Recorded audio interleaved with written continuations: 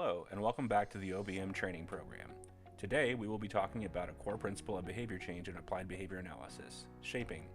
In the workplace, employees are tasked with the challenge of performing behaviors that are completely new to them on a level of accuracy that is often hard to achieve without the appropriate learning technology. A company needs its employees to not only be accurate in their assigned tasks, but to do their jobs at a high level of performance with efficiency and in adherence to various different safety protocols. To train these tasks to meet those criteria, effective differential reinforcement must be delivered by the trainer to the trainee. Before we begin our own shaping process, let's look at some evidence-based procedures that have worked well in other contexts. In a study training behavior analysts in early intensive behavioral intervention, or EIBI, trainers use successive job performance criterions to increase accuracy in discrete trial instruction from a pre-intervention accuracy of 75% to a post-intervention accuracy of 90%. Instruction was broken into 3 levels, and accuracy was measured at each of those 3 levels. During the evaluation, the OBM trainer gave feedback to the behavior analyst trainee. When criterion was reached, positive feedback from the trainer served as a reinforcer for their accuracy, as well as the score on the evaluation itself. If criterion was not reached, verbal feedback was given to the trainee, and they were asked to repeat the task before moving on to the next level. This graduated exposure variation on the traditional shaping procedure exposed accurate responding from all trainees in the maintenance condition. Shaping can also be used as one part of a whole treatment package in OBM. In a study involving task clarification for closing duties at a local coffee shop, pre-intervention involved a shaping procedure. Prior to being evaluated on a 95-item checklist, shaping and training procedures were used to determine that each employee was capable of completing each component on the checklist, and differential reinforcement as well as feedback were delivered on each task before the task clarification procedure could be implemented. While the procedures of this study are not an evaluation of the direct effect of shaping on the target behavior chain, the study would not have been as effective had not shaping and chaining been involved. A similar study used a similar procedure to train lifeguards in completing pool hygiene tasks. Like the coffee shop example, this procedure included shaping procedures in completing a longer task list, aka a behavior chain, that was then evaluated by supervisors for feedback. At the end of the intervention, the lifeguard's performance on the pool hygiene task list was raised from 45% accuracy to 76%. Let's look now at an example of how a shaping procedure might look in the workplace from start to finish. Here we are at the Electric Rock Music Guitar Factory, where we have a new group of trainees starting their first day of an assembly line job.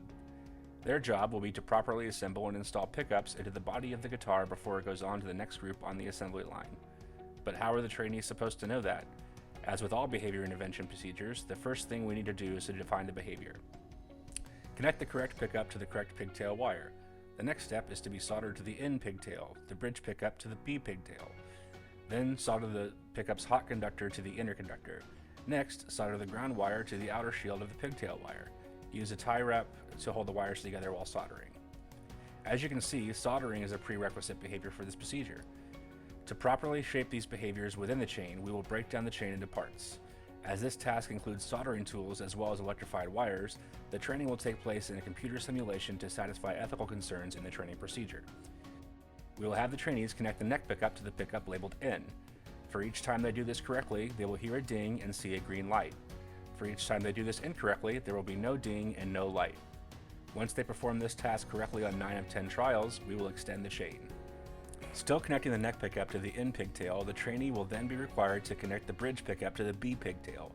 Again, they will hear a ding and see a green light for each correct completion of the chain.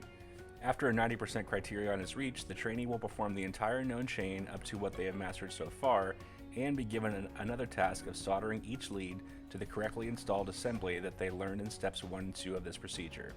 Differential reinforcement of a ding and a green light for each correct performance and no reinforcement for incorrect performances will be repeated until the trainee has gained 90% criterion. At the end of the training procedure, the trainee will be tasked with completing the entire chain that has now been shaped up to 90% accuracy. Connect the neck to the N, connect the bridge to the B, solder the pickup leads, solder the hot conductor to the inner conductor, solder the ground wire to the outer shield of the pigtail. Once this entire chain is learned up to 90% accuracy, the trainee will be given a certificate of accomplishment and be released to perform the behavior in real time on the factory assembly line.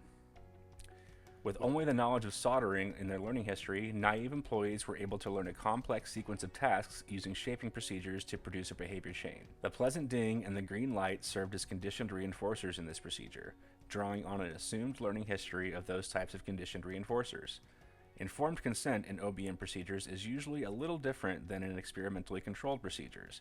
Trainees are not given explicit consent forms for each training procedure, nor are they told they can quit at any time, as is traditional in the experimental research.